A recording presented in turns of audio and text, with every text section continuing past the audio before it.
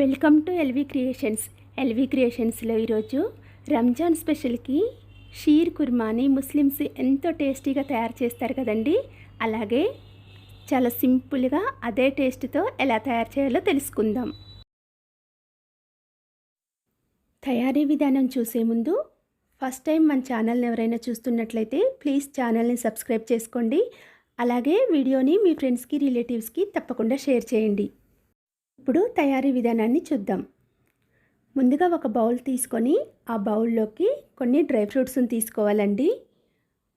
ఓ 4-5 ఎండు ఖర్జూరం, ఒక 10 బాదం, ఒక 10 కాజు, ఒక 10-15 పిస్తా పలుకులు, వీటన్నింటినీ తీసుకొని ఒకసారి నీట్గా వాష్ చేసి అందులో ఉన్న వాటర్ మొత్తం వంపేసి మరోసారి అవి మునిగేంత వరకు వాటర్ పోసుకొని ఓవర్ నైట్ వీటిని నానబెట్టుకోవాలండి. ఇలా నానబెట్టుకున్న వాటిని యూజ్ చేస్తేనే ఖీర్ కుర్మా అనేది చాలా టేస్టీగా వస్తుంది. ఇలా నానబెట్టుకున్న వాటిని ఎర్లీ మార్నింగ్ వీటిని పైన పీల్ తీసి వీటన్నింటినీ కూడా సన్న ముక్కలుగా కట్ చేసుకొని పక్కన పెట్టుకోవాలి.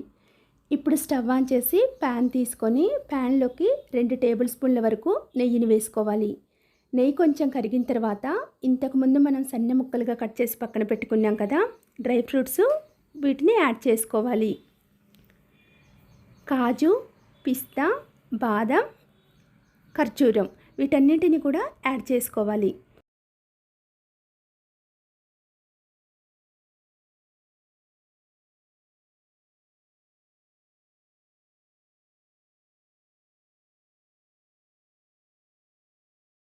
వీటిని యాడ్ చేసిన తర్వాత వీటితో పాటు 1 టేబుల్ స్పూన్ వరకు కర్బూజా గింజలు, అలాగే ఓ 10-15 కిస్మిస్ వీటిని కూడా యాడ్ చేసుకొని స్టవ్ లో ఫ్లేమ్లో ఉంచుకొని 1 నిమిషం వరకు వీటిని గోల్డెన్ బ్రౌన్ కలర్లోకి వచ్చేంత వరకు ఫ్రై చేసుకోవాలి.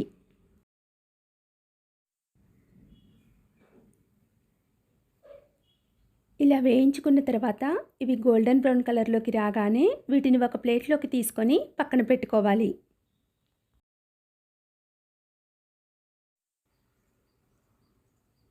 ఇప్పుడు ఇదే ప్యాన్లోకి 1 టేబుల్ స్పూన్ వరకు నెయ్యిని వేసుకొని నెయ్యిని బాగా కరిగించుకోవాలి. నెయ్యి కరిగిన తర్వాత 1 కప్పు వరకు సన్న సేమియా వేసుకోవాలండి. ఇవి మనకు రంజాన్ స్పెషల్స్ అప్పుడు దొరుకుతూ ఉంటాయి అన్నమాట. ఇవి కొంచెం బ్రౌన్ కలర్లో ఉంటాయి, చాలా సన్నగా ఉంటాయి.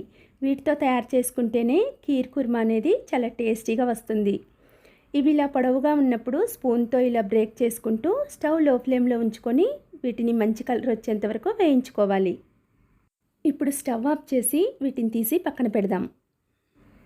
ఇప్పుడు ఒక మందపాటి బౌల్ తీసుకొని అందులోకి లీటర్ వరకు చిక్కటి పాలని యాడ్ చేసుకోవాలి. పాలను వేసుకున్న తర్వాత స్టవ్ లో ఫ్లేమ్లో ఉంచుకొని ఓ 4-5 పొంగులు వచ్చేంత వరకు మరిగించుకోవాలి. ఇలా పాలు మరుగుతున్నప్పుడు ఇప్పుడు ఇందులోకి 2 టేబుల్ స్పూన్ల వరకు కండెన్స్డ్ మిల్క్ని యాడ్ చేసుకోండి. ఒకవేళ కండెన్స్డ్ మిల్క్ కానీ మీ దగ్గర అవైలబుల్గా లేకపోతే దాని ప్లేస్లో పంచదారనైనా కూడా వేసుకోవచ్చు. ఇక్కడ కండెన్స్డ్ మిల్క్ యాడ్ చేశాను కాబట్టి పంచదారని ఏమీ వేయడం లేదండి.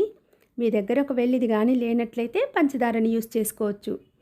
ఇది వేసిన తర్వాత ఒకసారి గరిటెతో మొత్తం కలిపి 1 నిమిషం వరకు మరిగించుకోవాలి. ఇలా 1 నిమిషం మరిగిన తర్వాత ఇంతకుముందు మనం ఫ్రై చేసి పక్కన పెట్టుకున్నాం కదా డ్రై ఫ్రూట్స్, వాటిని కూడా యాడ్ చేసుకొని స్టవ్ లో ఫ్లేమ్లో ఉంచుకొని వాటిని 1 నిమిషం వరకు పాలలో ఉడికించుకోవాలి. అలాగే ఇప్పుడు ఇందులోకి ఇంతకుముందు మనం ఫ్రై చేసి పక్కన పెట్టుకున్నాం కదా సేమియాని కూడా యాడ్ చేసుకొని ఒకసారి గరిటెతో మొత్తం కలుపుకోవాలి.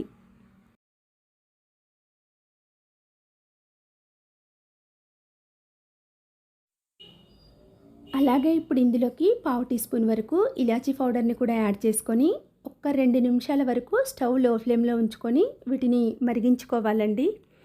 అసలు స్పూన్తో కలుపుతుంటేనే మంచి అరోమా వస్తుందండి.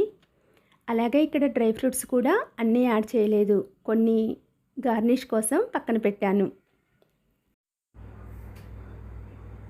ఇది మరీ గట్టిపడేంత వరకు ఉంచొద్దండి. ఈ కన్సిస్టెన్సీలో ఉన్నప్పుడు స్టవ్ ఆఫ్ చేసి సర్వింగ్ బౌల్లోకి సర్వ్ చేసుకుందాం.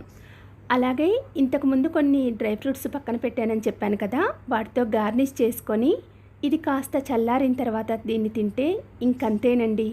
చూశారు కదా షీర్ కుర్మాని చాలా ఈజీ ప్రాసెస్లో చాలా టేస్టీగా ఎలా తయారు చేసుకోవాలో. ఇంకెందుకు ఆలస్యం, ఈ రెసిపీని తప్పకుండా ట్రై చేయండి. మీరు ట్రై చేసి మీకు ఎలా వచ్చిందో కమెంట్స్లో తెలియజేయండి.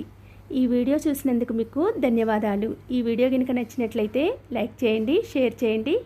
అలాగే మరిన్ని రెసిపీస్ కోసం మా ఛానల్ సబ్స్క్రైబ్ చేసుకోండి.